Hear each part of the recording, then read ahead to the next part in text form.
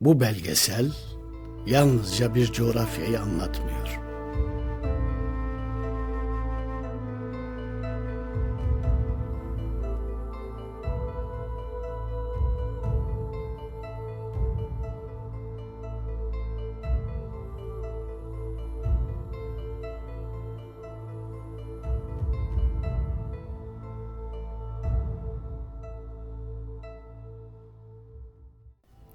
Sular altında kalmış bir köyün, kaybolmaya yüz tutmuş bir hafızanın ve Kığ'nin yavaş yavaş sessizliğe gömülen ruhunun izini sürüyor. Halına varazan, tüküne varazan.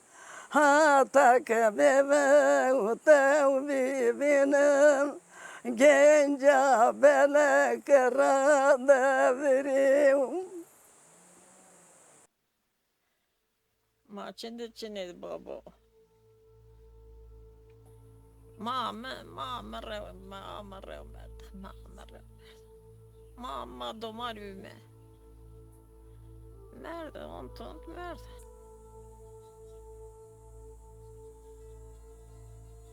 Ano braymet zaf işkence değildi. Yarın kak pekmek bir çevitim yok. Yarı bocuk. Ya. Ya. Ma farem ma mer. Çay hoçino, toy hoçino, reçe hoçino, mezala hoçino. Mezala ma bile ne işte. Nefek bu rozu sona ne mezala. Rozu şimdi polar. Ya, makarmana ya. Rozu şimdi mezala. Belko. Ali sosis girde yakındı. Vaho, braho. Belko yakın, belko benon. Ama ya ne vraşta. Belko benon vastıkı kontabon dedim. Mezele bile ma ne vraşta. Belko benon. Kaşeni.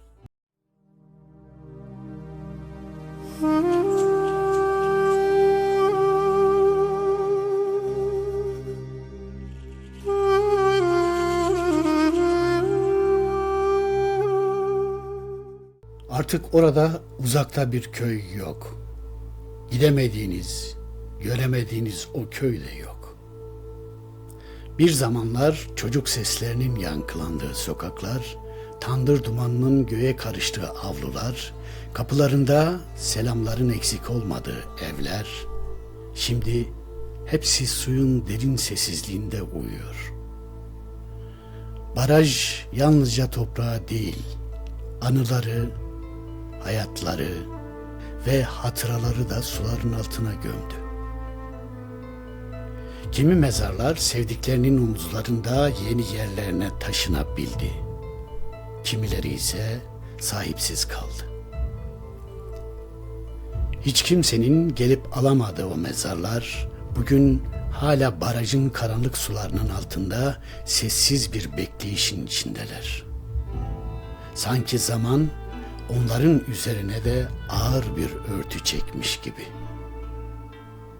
Tarih bütün bu acıları Kığ'ın kader defterine tek tek yazmış.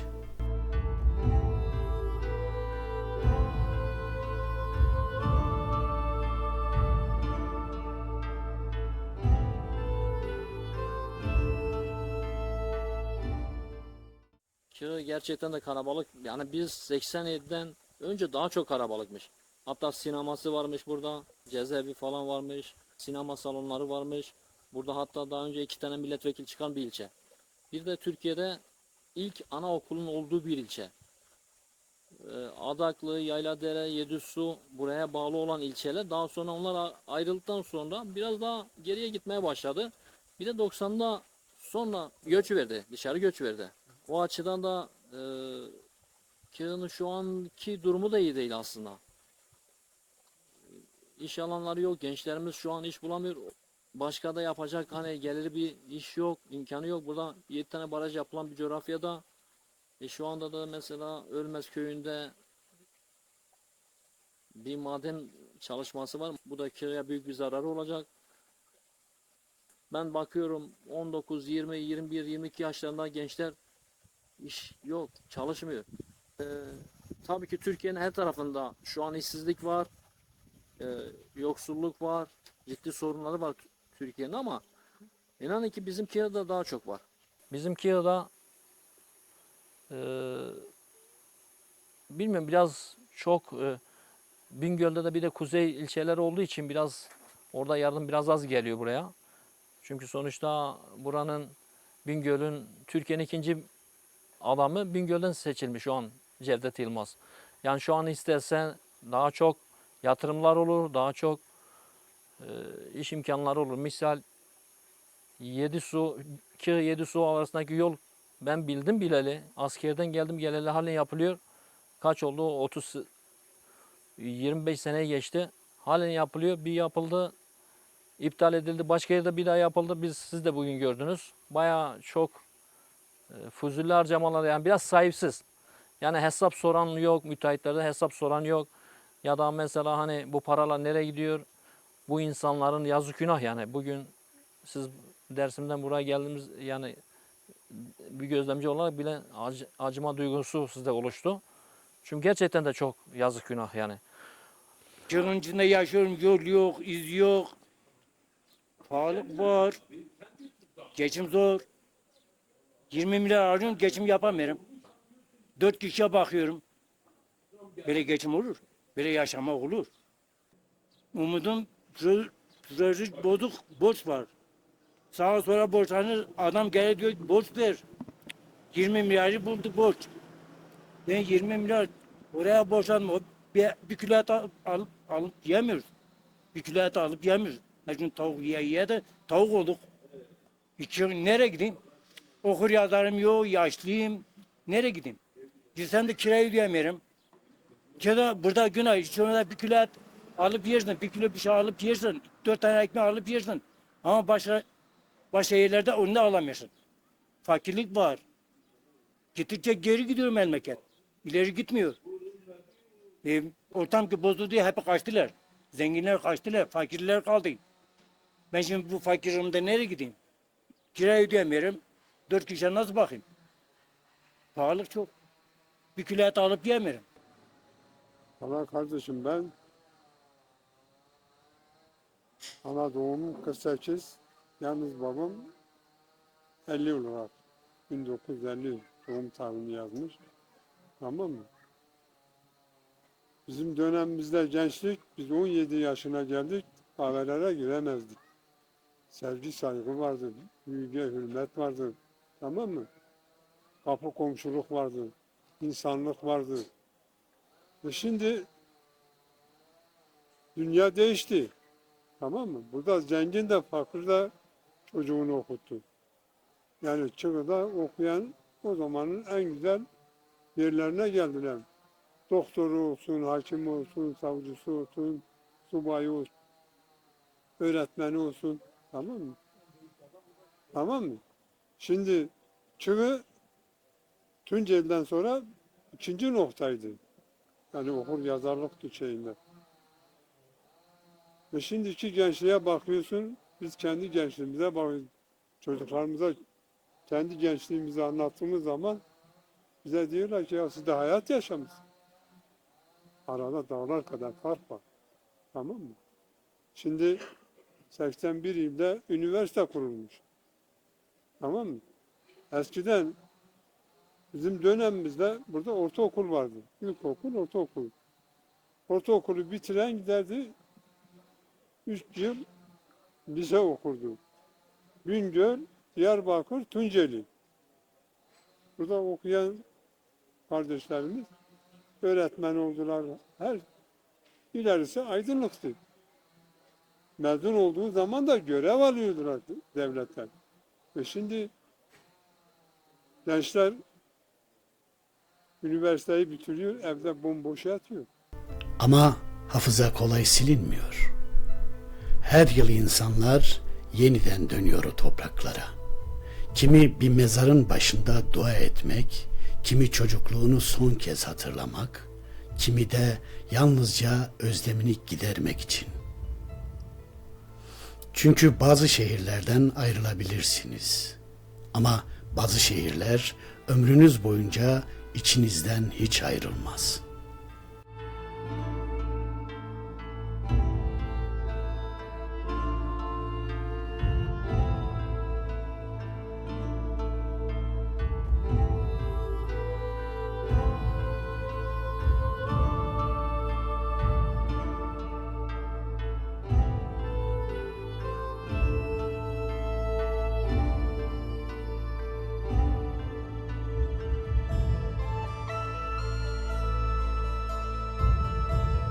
Nereye gidersen gidin Çığ gibi yer yoktur. Çığ gibi memleket yok, Çığ sahipsizdir. Çığ'da herkes yerini yurdunu yapsa şenlenir. Ama Çığ öldü, ağlayanı yok Çığ'nın. Çığ çok güzel bir yer, çok değerli. Yerlerimiz de çok güzel, çok değerli. Biz yapamıyoruz, hem maddi hem manevi olarak yapamıyoruz artık. Güç lazım ki bahçeyi düzene koysun mesela yapsın. Çok seviyorum, düzeni çok seviyorum. Temizliği çok seviyorum, bahçeyi bostanı çok seviyorum. Ben rahmetli kayınvalidem derdi ki Çığ'da kimse kalmamış ta bundan 40 sene önce derdi. Çığ'ın eski insan. Kimse kalmamış. Şimdiki haline bir de bakın. Şimdi hiç kimse kalmamış. Komşu komşuya gitmez oldu. Kimse kimseyi sormaz oldu. Eski şey kalmamış, şefkat kalmamış insanlarda. Şimdi bir resmiyetlik girdi insan arasına. Haliyle herkes yalnız kaldı. Ne oldu kimse sen gelmezsen ben de sana gelmek istemem. İş yeri. Mesela Çığ'da hiçbir iş yok. Çocuklar, gençler hep boşta. Erkekler akşama kadar kahvede. Hadi erkekler yemiş, hiçbir zamanı geçmiş. Yaşlanmışlar artık, bir şey yapamıyorlar. Mesela ben şimdi bundan sonra ne yapabilirim ki? Ama gençlerimiz çok önemli. Gençlere iş bulmak, iş kurmak çok önemli. Gençlerimiz burada iş bulamadığı için İstanbullara gidiyorlar, yurt dışlarına gidiyorlar, başka yerlere gidiyorlar. Kendi memleketleri için kalkınmıyor. Çalışma olmadı ne yapacağım? Bu otu bugün biçmeden olacak, burada kalır değil mi? Yapacaksın, temizleyeceksin ki iş yürüsün. İşi yapmadıktan sonra her şey hiçbir şey yürümez. Çalışacaksın, yapacaksın ki yürüsün. Para gelmedi ne yapacaksın evde? İnsanlar işsiz, güçsüz ne yapacak? Emekli ne alıyor? Ne alıyor emekli? Evini idare edemiyor. Biz başka yerde olsak acından ölürüz ya. Kira vermiyoruz burada. Evimiz barkımız az çok bir sebze ekiyoruz, bir meyve kapıda var. Ama başka yerlerde o da yok. Benim eşimin parası kiraya yetmez başka yerde olsam. Ben cezaevi infaz baş memurluğundan emekli oldum. Cezaevi müdürlüğünden emekli oldum kadroya göre. 27 sene hizmet gördüm. Cezaevi infaz koruma baş memurluğundan emekli oldum. Aldığım ikramiyeyi ne de koyun aldım, koyunu da kurtlar yedi. Ondan sonra şimdi ben emekliyim. Allah devletten de razı olsun, çalışmışım, maaşımı alıyorum ama maaşımız bize kafi gelmiyor. Emekli memur uçurumdadır. Geçimimiz zordur. Ben de bir emekli memuruyum. Benim durumum iyi, başkasının durumu iyi değildir. Bunu gidermeye yapılması gerekir. Eşit olması lazım. Askerliği ben 40'lar elinde yaptım. 3 sene. Yani askere gidişimi, dönüşüm 3 yıl sürdü. 3 yıl sürdü. 1. Ordu, 5. Kol Ordu, 65 tümen, 109 piyade erlerinden Kemal Üzeke. Kırklareli. Ondan sonra Edirne'ye gittim. İnzibat Birliği'ne gittim. İnzibatlıkta da orada yaptım. Velhasıl 3 sene yaptık, topladık. Geldik 45 günde Bingöl'de geçici bir görevde ihtiyat askerliği yaptık. Bir de orada yattık 60 gün. Askerliği tamamladık. Çığ'ın tarihi Hazreti Halit bu memlekete geldik zaman, Çığ'ı fethettik zaman burada gavurların elinde burası. Burayı idare eden Çığan isminde kral bir kadın. Bu kadın kale var, Şehitler Kalesi var yaylaların orada. O kalede barınak yaptırmış o kadın. Hazreti Halit bunu duyduğu zaman Hazreti Halit Arık Medresi var. Peri suyunun yanında. Askeri oraya gelir, askerler gelir burayı fethetmek için. Buraya gelir şehit düzü derler, orada askeriye emir verir, çadırda yatıyor. Çadıra yattığı zaman, sabah namazı kalktığı zaman mübarek Bakıyor keşf yapar. Bu kaleye nereden su gidiyor? Nerede gidiyor? Peri suyuna bakır ki af buyur bir köpek derenin kenarında geziyor. Derenin kenarında geziyor, askere kalk emri veriyor. Seyit tutu karşıdır böyle şimdi, kaleye karşıdır. Asker kalkıyor, asker çayın ağzına geliyor. Bakırlar ki bir demir kapı. O kadın o kaleden peri suyundan su götürür kalenin başına. Oraya ben her zaman gitmişim. Orada betondan işler yapmışlar, orada binalar vardı. O binalarda da buraya ki baraj geldiği zaman baraj söktü, taşlarını götürdü, o kalenin taşlarını götürdü. Sayısız memleket. Orada altın aradılar. Altın aradılar, artık buldu bulmadı onu ben bilmiyorum. Onun Hazreti Halit emir verir, kapıyı kopar diyorlar. Kapıyı koparttığı zaman o kaleye merdivenle çıktılar. O Şehitler Kalesi'nin başına. Orada cenk başlıyor. Orada cenk başladığı zaman Hazreti Halit bu kralı yeniyor. Kralı yendiği zaman kral diyor ki ya Halit beni öldürme. Beni öldüreceksin diyor, mağlup oldum diyor. Benim ismimi buraya koy. O Kagan'mış, kadın ismi Kagan, gavur ismi. O işte o zaman o ismi değiştirir, Hazreti Halit söz verir, Çığı diyor. Buranın ismi oradan geliyor. Tarihte dedelerimizden, babalarımızdan duyduklarımızdan bunlar oradan geliyor. Memleketin durumu da işte buradan 2 tane milletvekili çıkıyordu. Burası Çığı dediğiniz zaman Türkiye'nin göz bebeğidir. Burada yetişen memur hiçbir yerde yetişmemiştir. Bu memlekete yetişen memur. Devir geçtiği zaman yeni yetişenler olduğu zaman burayı baltaladılar. Bu memleketi bu hale getirdiler. İşte buradan 2 milletvekili çıkıyordu. Bingöl'den 2 milletvekili çıkıyordu. Ben adliyede seçimde çalışan bir memurum. Yıllarca orada çalışmışım. 28 sene görev yapmışım. Adalet Bakanlığı'ndan takdirname almışım. Şimdiki memurluk gibi değil. Şimdiki memur kapıyı açtığı zaman gidip kahvede okey oynuyor. Vatandaşın işi görülmüyor. Vatandaşın işi de görülmüyor. Çünkü neden? Bizim zamanımızda amirimiz, savcı saate geldiği zaman nerede olursa olsun görevinin başında görevi dedi. Şimdi görevde aksaklık var. Görev yapılmıyor. Memur görevini yapamıyor. Amir görevini yapamıyor. Bu bakımdan amir de görevini yapamıyor. Nereye gittiğini bilmiyor. Dağlar hala bütün heybetiyle göğe yaslanıyor.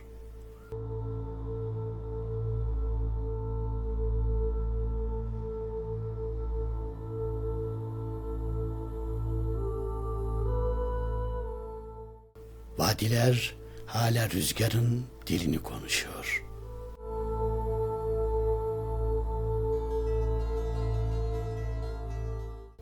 Kığı dağların eteğine kurulmuş bir salıncak gibi bütün zarafetiyle duruyor.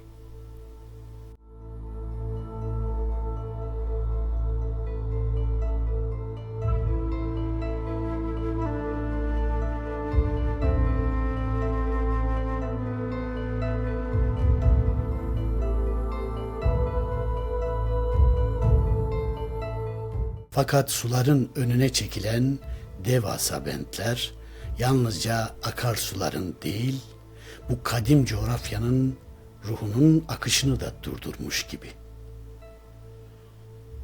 Yükselen suların hüznü yalnızca vadileri değil, inancın yüzyıllardır nefes aldığı Pire Hanuku ziyaretinin kıyılarına da vurmuş. Sular bu kutsal mekanın kapısına kadar dayanırken, İnsan bazen doğanın değil, kaderin sessizliğini dinliyor.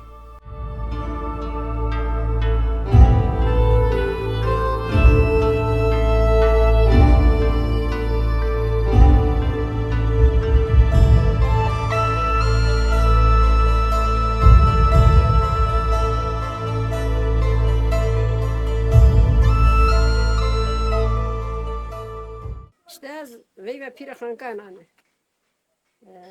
İşte ağa emmi ki torne Pirahan kanı. Maçe Pirahan kanı. Çanda isera çe Pirahan kudaran işte. Muamı yani evki hobi. Muamı roze Hızır imam dest roz güreteni, Hızır güreteni, niyazı hop poteni. Yani muamı ikat hobi. Farzımız tane gücü kadar merdi. Kalkemi pirkam perek ilk güresani. Kalkemi solarsın kene, kalkemi milletre diyakerne, kalkemi yani bilgi huzaf bir. Vatanı baba doş yenmiş bir yere. Sola servendeni, la giredeni, o zaman muya şebiye. Sumandira giredeni. Yani millet dezini tede giredeni. Deste ona birebir. Bana baba avas yenmiş bir. Yani horon nefesi horon bir ya. Gerçek bir. Ya valla. Anka bütün kapı komşum millet ama millet varım pervani. Baba avas. Baksa bana nefesi hozaf göbüyor. Ne törne baba başa bana ha. Çok seviyorum. Biri söylese ki o ne güzel kırı tebrik ediyorum. Kırı'yı çok seviyorum. Doğum bura. Doğum bura. Doğumum bura. O eski kırı güzeldi. İnsanı da güzeldi. Her şeyi de güzeldi. Şimdi öyle değil tabii. Suyu çok güzel. Cevizi, havası, çok ben seviyorum. Çok güzel bir yer. O kadar diyorum. Fransa'ya gittim, Almanya'ya gittim. Ben hiç duramadım. Fransa'da duramadım. Etini çiğmedim. Onun için daha beni götürmüyorlar. Duramıyorum. Çığının oyunu da güzel, düğünü de güzel, kendi de güzel. Vallahi şeye götürdüler, bir yerlere götürdüler. Yani çok yakın oldu, kaç sene var? 15 sene var gitmişim. Oradan da geldim Almanya. Oğlum var bir tane Fransa'da, kızım da Almanya'da. Almanya'yı da sevdim. Hı. Abi ben 1950 doğumlu Kıvrıyım. Babamın adı Mehmet Aydemir. Aslında babama Mehmet Razı edirler. Buranın doğumluyum. İşte burada büyüdük, burada yaşıyoruz. Vallahi Kığı eskiden çok güzeldi Kığımız. Yani eskiden vallahi bu mahalleden yani çıkmazdısa 200-300 tane davar çıkardı. Karşıdan çıkardı ayrı, aşağıdan çıkardı ayrı. Fakat şimdi bir şey diye yani kalmadı. Hayvan da kalmadı, mal da kalmadı. Kimse yani besleyemiyor. Hayatta biraz yani zorlaştı. İşçi parası veremiyorlar. Yani ameliyat çalıştıramıyorlar. Onun için yani hayvancılık Kıgı'da yani hemen hemen vallahi çok zor. Çok zor durumda. Bitmiş ya. 1972 yılında yurt dışına gittim. İşçi olarak. O zamanlar iyiydi. Çok iyiydi. 14 sene ben yurt dışında kaldım. Ondan sonra iş kazası geçirdim burada. 88 yılında temelli dönüş yaptım. Türkiye'ye geldim. O zamanlar da iyiydi. İşte herkes işine gücüne arazi çoktu. Herkes ekiyordu, biçiyordu, yiyordu. Fakat şimdi kimse yani tarlalarımız, ekinlerimiz bomboş. Kimse yani ekmiyor, biçmiyor. Hep yani köylülerimiz de hazır alıyor, hazır yiyor. Ya onun için yani işte böyle. Bana yapmadan iyiydi. Niye iyiydi? Köylerimiz yerindeydi. Köylere gidiyordu, insanlar yani geliyordu. Şimdi yani köylerimiz bu tarafa gidemiyor mesela o taraftaki insanlarımız. Yani barajın şimdilik yani bize bir faydası yok yani barajdan faydalanamadık bilmiyorum yani. Ne valla. Yani ben yani doğduğum zaman burada doğmuşum.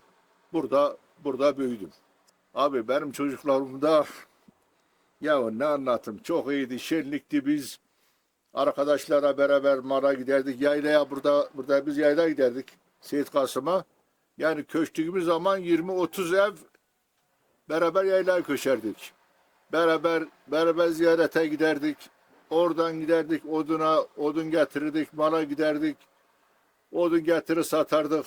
Ne bileyim yani o zaman arkadaşlarımız yani ortam oldukça yani güzeldi. O zamanlar güzeldi. Tabii ya ortam çok güzeldi. O zamanki dostluk yani ben sana söyleyeyim fakirlik vardı.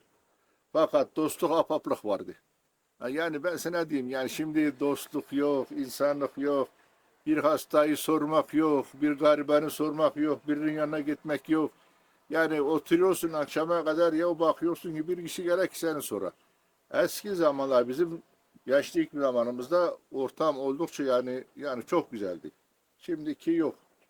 Şimdi vallahi kimse kimseye doğru dürüst ne soruyor ne diyor. Ben dostluğu, arkadaşlığı özlüyorum. Yani benim yaşındaki arkadaşlarım hepsi teker teker yani Allah hepsine mekanı cennet etsin. Yani öldüler, gittiler. Yani biz böyle birkaç arkadaş kaldık. Yani gidiyorsun kahveye onlar olmadığı için de insan üzüntü duyuyor. Yani valla böyle yani abi. Ne yapacağız?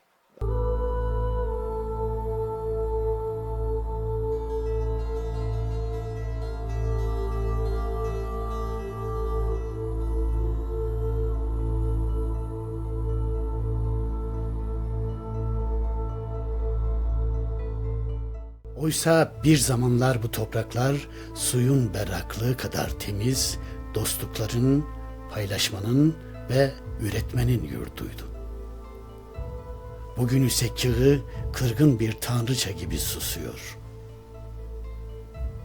Bir zamanlar 18-20 bin insanın nefes verdiği bu kadim ilçe bugün 3.000 kişilik yalnızlığıyla baş başa kalmış durumda.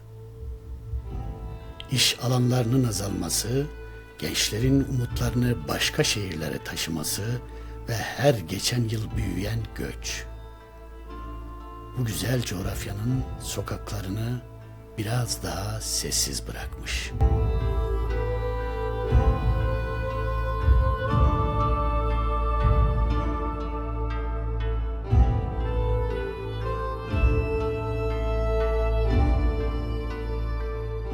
Her boş ev geride bırakılmış bir ömrün izi gibi.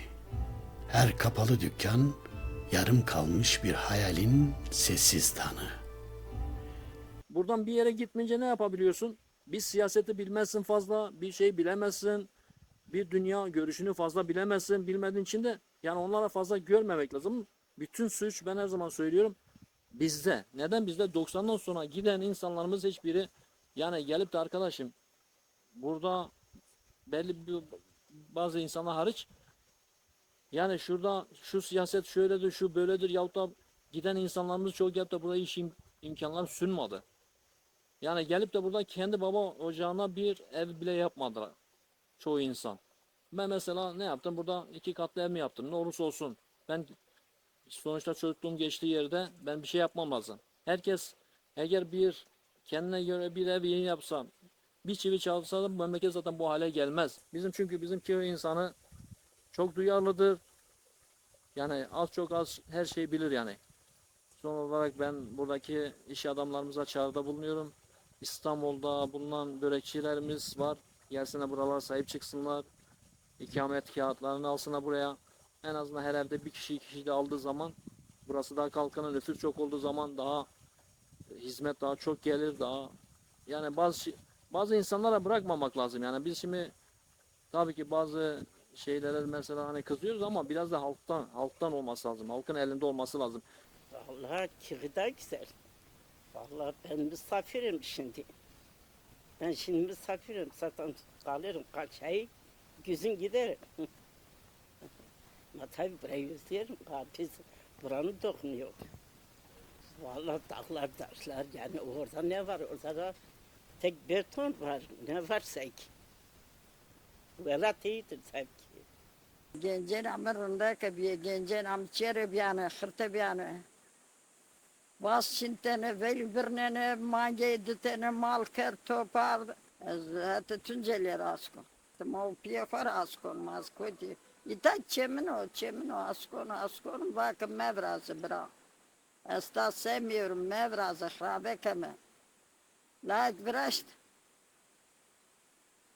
Nasıl me krame ma yardım kerma vraşt. Ya za ma piyem biyo kalkem biyo da ma uzara za hojono avaze. Uzara yon milke hojono. Mele müsaade vedar ayvo piyem uhine. Tadras kon canım staramın ama savaji. Da men dokunda zavzet biçimi. Staram biye ma savaji me ma berle ma ayvo da bu ya. Basta zadı bu kadar ayıp na domanı mi pevina sermede cenia hırte kesta cenia gevese kesta Before derdo verdim, ker pil, ker girsiyeni, buğda, ker topaz, şu an ker de seykasımda. Fakir bir ma, bir kuruş buçuğa, zafiyesinin diye. Nupol abam bilince de paç kerdi, abanı cerşiyor işte abol. Lastik bir abi ya. Zafiyesinin mi verdi bir abi. Ne kadar işte nefes do, sır do.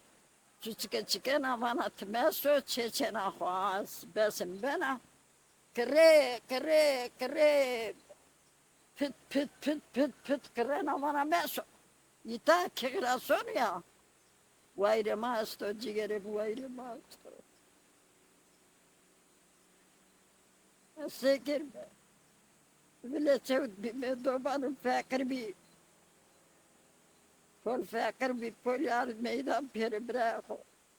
Kol bakalo. Veyva migrında kılacı. Baksın da kılacı, bakmasın da kılacı. Hak derdedine Mehmet'o.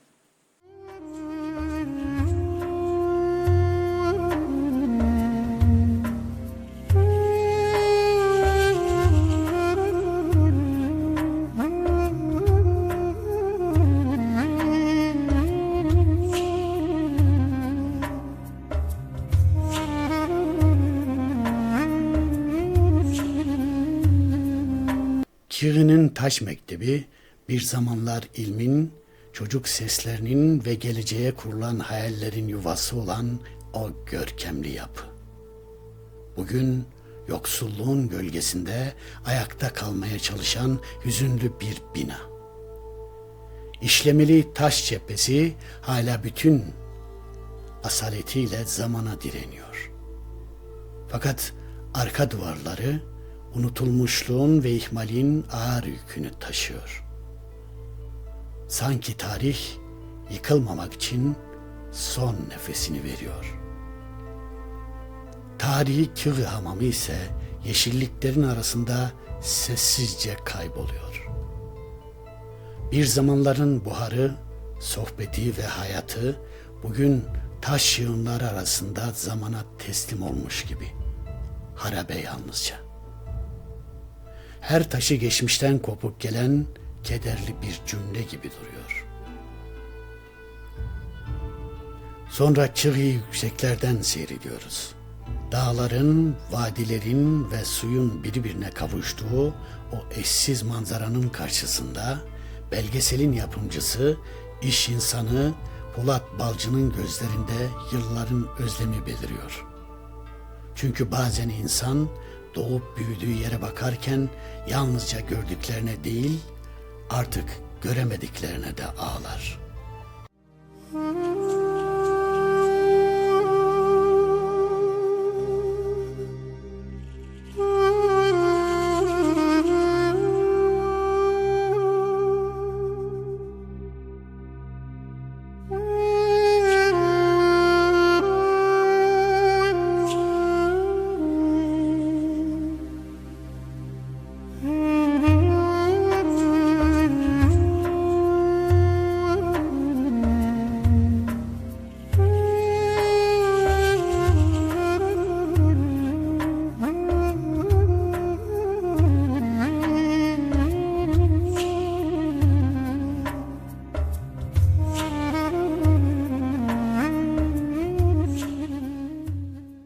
Kağıda esnaf olmak gerçekten çok zor.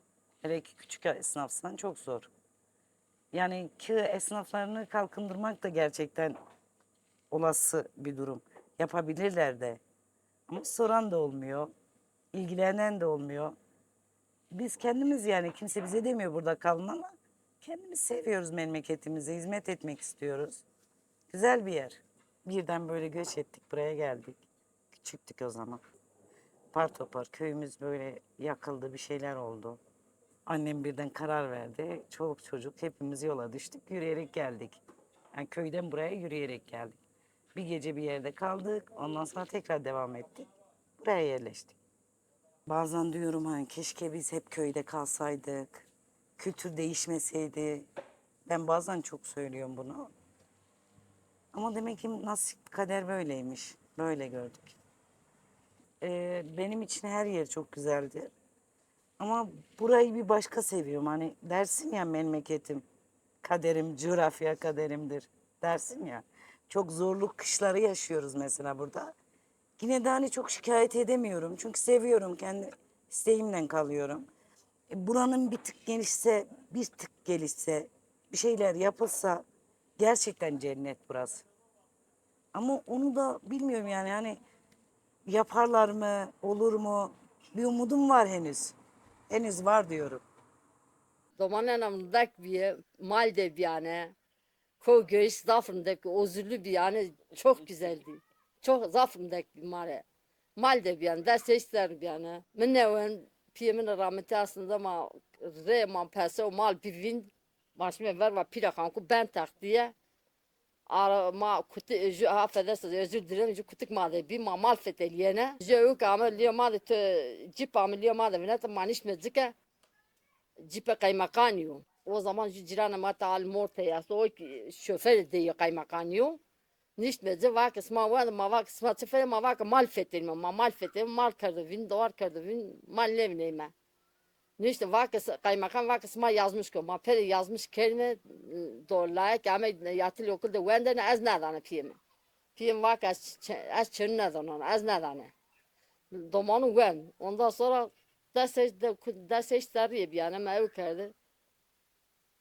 Ma nişanlamış bir yana. Veyve mi kerdi. O sefer anka memnun anı zaf memnun anı ders. Ağam çok şükür zafrındı o. Eskiden çok güzel bir çıkı vardı. Manzarası hoştu. Ama şimdi manzarası yoktur. Evler vardı, yine evler vardı. Ama neler dururdu böyle evler. Benim çocukluğumda. Herkes sağa gitti, sola gitti. Hem de söyleyeyim, dağıldı gitti. Eski dostluk hiç bir zaman öyle dostluk yoktu. Şimdi de ben bir şey diyemem. Dost dedim mi adam öldürür belki. Her bir şey değişilmiş. Eski zaman insanları he dedi mi he, yok dedi mi yok. Şimdi de parayı ver birisine, sanat da al yine alamazsın. Ya insanlar göç etti gitti, iyi insanlar kalmadı. Herkes gitti, İstanbul'a gitti, İzmir'e gitti, Ankara'ya gitti, Antalya'ya gitti. Boşandı gitti. Ez ona besikede bir piyeme merdo. Esteymendu. Bırak korek vayne apeme breme vame. Mağfetler neyme. Kalike ma kokum bir mağfetler neyme. Yani hele zahmet diyor yani. Torabaj. Muammer rev merda. Muammer piyeme merdo. Muammer reyna şerde veca. Bırak korek vayne. خیلی سرمند yani خیلی سرمند مرده ماهری وای بیم زبره ماری ماهری وای بیم یه وامز زوجای برای خوری که واجنه سرامه ama evle misliyor خیلی دزده خیلی من نه تا بوتا az kadar tabii dedin memlekette herkes arındım. Ama memleketim andayım var. Vatanım. Vatanım benim. İnsanların evreni Çin'e. İnsanların evreni Merdan. Brana cende peyni merhaba merhaba. O kadar. Takı zunnaskar. Bana teyzem abi khirde zaman khirde sileme. O kadar. Rayver yeni, rayver diri sarramı, na diri sarıkım merdi. Rayver ama şevadrebi. Rayver ama şevadrebi amene. Mendene, madre sokuz kerdene, sevdi sev mendene, ma sol şey bime. Sonra mena derezay mordem bime. Bırak kork bana, mendene çoğuna madı. Ma sokuz edine kerdene, ma sılarga dine denezi. Rayver ama to. Şevadrebi. Ez devara halken kesimi devada çinum. Domunu bon biraz de kaba kayıp yani ne vatanı şey kerde Bırak korku ben mahiri bırak. Bon bıraktı. Çay kerdi. Bon hekko. Ya Rabbi şükür. Tavı zavcekimi Mekke. Acemi mede. Ya amru derdi de. Danı vetti de. Danı savdı de. En sonra tadı yatamış. Ben damana çiledi. Zümtani çiledi. Çenekinde çiledi. Ceninde çiledi. Kesme sayacak ne vereceği. Az bir kesme vayrane. Kesme çino. Yüçenamla çeleme çardırarsın ne var çile. Yüce merde vesi dövede. Yani çene zararı bir çenemi biliyor dofam ne kedine. Ata vesi ata ziraket. Çene verene. Yani merdivene verene. Bir raşi geçti. Beni acıyor ki şeyine yani şakat bin ahırdı yani gömürtü gömü ahırdı şimdi kardare ağa mişi koşun ardın dentisku. Uzara came ki içine ki vesa. Ak vesa bir yapak. Çina. Yolda gemi olmadı. Aber dewe nafisidir. Şilazım bir o ki kalbi geçmiş kemerdi. Yani kalp krizi geçmiş ne kalp delik bir. Nefesini bir kısık iş. Sevki. Her şeyimi rezil yani. En hatalı kayırsak kota bir dil de çıkarmam. Ama da keskini de dercilerini mizantede. Esenli yani. Aman kaybıyan. Ne talit edilmeni ya. Tarım çilip.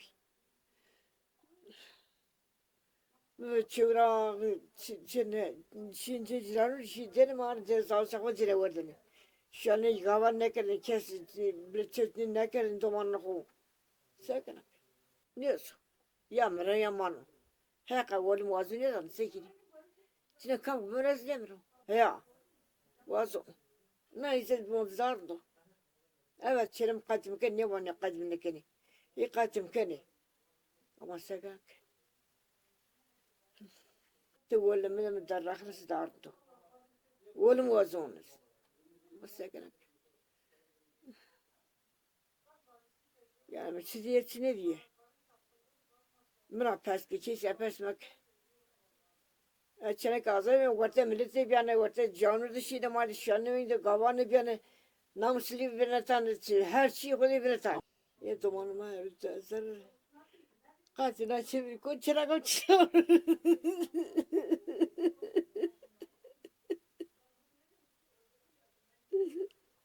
Tuzlu ya.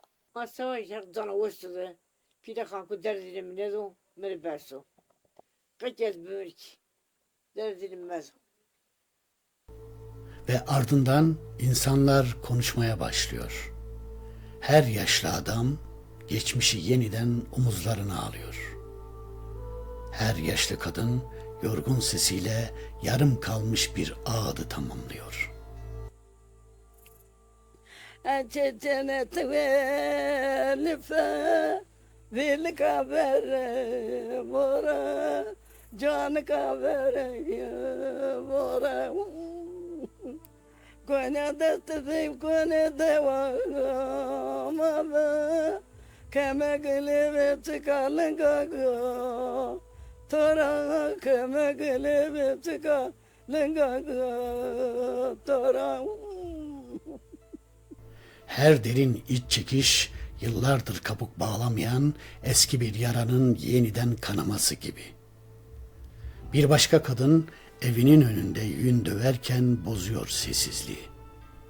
Bir genç kadın Kığı'nın kadınlarını, umutlarını ve yarına dair düşlerini anlatıyor. Valla kadınlar rahat ifade etmiyor, kendini hiç ifade etmiyor de. Hep aynı iş, yani tarla, şu bu eş. Yani bir şey, sosyal hayatları pek ben görmedim yani. Okusunlar, ne bileyim kendi aralarında bir şeyler üretsinler, yapsınlar. Beraber bir şeyler paylaşsınlar. Benim de derneğim var mesela, katılmışım. Yani o kadar güzel şeyler çıkardık ki ortaya 2-3 sene içinde.